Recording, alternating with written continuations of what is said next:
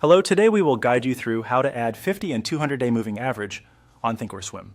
In this walkthrough, we'll add two simple moving averages, the 50-day and the 200-day, to your chart. These are popular indicators for spotting overall trend direction and potential support or resistance. The 50-day reacts more quickly to price changes, while the 200-day moves more slowly and highlights the longer-term trend. Begin by opening the Thinkorswim platform. Once it loads, go to the top of the screen and find the Charts tab. Click it to open the main charting workspace where your indicators will live. With your chart visible, look toward the upper area of the chart for the Studies control.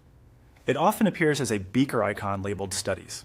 Click that to open the Studies and Strategies window. Inside the Studies window, use the search bar to find the indicator we need. Type Dailies.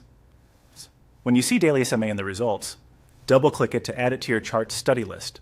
Do that same double-click a second time so you have two copies of Daily SMA queued up. You should now see both instances listed in the Added Studies area of the window. Next, let's set the lengths. Select the first Daily SMA in the list and open its settings using the gear icon next to it. In the parameters, find the field for length or period and change it to 50. This will calculate the 50-day simple moving average. You can also choose a distinct color or line style if you prefer to make it easier to differentiate, but that's purely optional.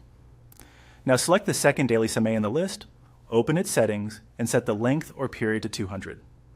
This creates the 200-day simple moving average. With both lengths in place, click Apply to preview the changes on your chart.